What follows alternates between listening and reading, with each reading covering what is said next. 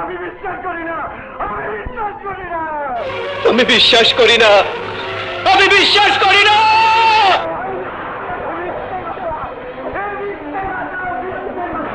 পারে না, আমি বিশ্বাস করি না। অনেক সাধের ময়না আমার পিঞ্জর ভেঙে চলে যায়। প্রেমের সমাধি সিনেমায় বাপ্পারাজের অভিনয়টা খুবই ইউনিক ছিল। আমরা সবাই মনে করেছিলাম বাপ্পারাজ আমাদের যেই অভিনয়টা দেখিয়েছিল তার কারো পক্ষে করা সম্ভব নয়। এই যেমন ধরা যাক চাচা হেনা কোথায় ডায়লগটা, বা আমি বিশ্বাস করি না ডায়লগটার কথা। চাচা, বাড়িঘর এত সাজানো কেন? আর হেনা কোথায়? আমি বিশ্বাস করি না, আমি বিশ্বাস করি না। এই ডায়লগগুলিতে বাপ্পারাজ যেই অভিনয়টা দেখিয়েছিল তা সত্যি প্রশংসনীয়। প্রেমের সমাধি সিনেমাটি বাংলাদেশে এত পরিমাণ হিট হয়েছিল যে সেই সময় কলকাতাতেও সিনেমাটি কপি করা হয়েছিল। তবে কলকাতার প্রসেনজিৎ বাপ্পারাজের মতো অভিনয় দেখাতে পারেনি।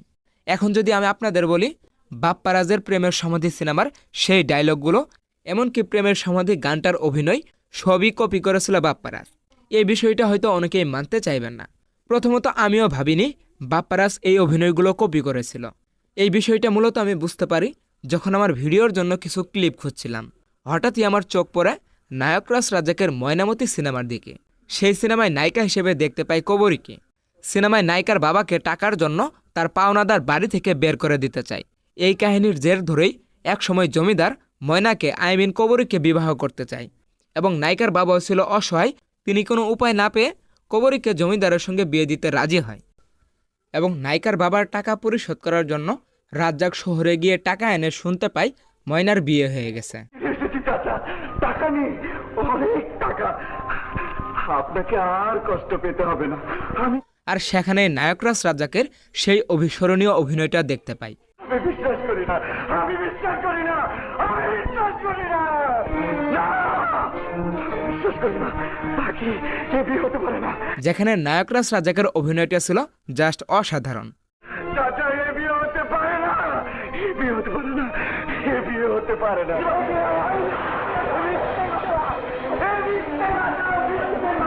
এবং প্রেমের সমাধি সিনেমায় বাপ্পারাজের অভিনয়টা ঠিক যেমন ছিল পিঞ্জর ভেঙে চলে যায়। সেই একই অভিনয় নায়করাজ রাজ্জাক 56 বছর আগেই ময়নামতি সিনেমায় দেখিয়েছেন।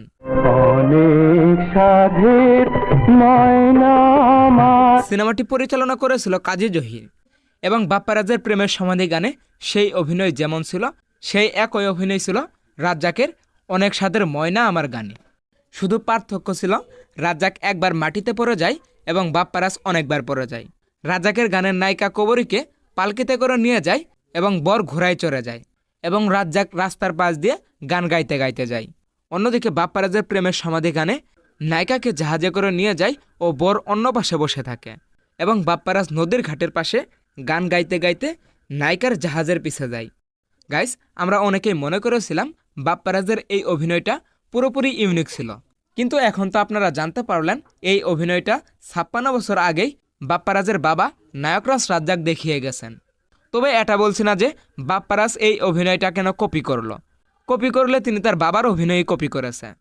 তবে প্রেমের সমাধি সিনেমার পরিচালক ও নির্মাতা দেলোয়ার জাহান ঝন্টু বলেছে তার কাহিনী এবং অভিনয় পুরোপুরি ইউনিক ছিল, কাউকে কপি করে তিনি এই সিনেমাটি তৈরি করেনি। তো যাই হোক, প্রেমের সমাধি সিনেমাটি অনেক সুন্দর ছিল এবং এই সিনেমায় বাপ্পারাজের অভিনয় ছিল দেখার মতো। তো গাইস, এই দুই বাপ ছেলের ভিতরে আপনি কাকে বেশি পছন্দ করেন অবশ্যই কমেন্টে জানাবেন এবং এই দুইজনের ভিতরে কার অভিনয়টা আপনার কাছে ভালো লেগেছে অবশ্যই কমেন্টে জানাবেন। এ বিয়ে হতে পারে না, এ বিয়ে হতে পারে না, বাকি মতি ভাই, বিয়ে হতে পারে না, মতি ভাই। হেনার বিয়ে হতে পারে না, পারে না। তো গাইস, আজকের ভিডিও এইটুকুই। পরবর্তীতে এমন ভিডিও আরও দেখতে চাইলে অবশ্যই চ্যানেলটিকে সাবস্ক্রাইব করে পাশের বেল আইকনটি বাজিয়ে দিবেন যাতে পরবর্তী কোনো ভিডিও মিস না হয়। তো আজ এই পর্যন্তই, দেখা হবে নতুন কোনো ভিডিওতে। টেক কেয়ার, আল্লাহ হাফেজ। মিলন মালা আজ খুলে গো কোন অপরাধে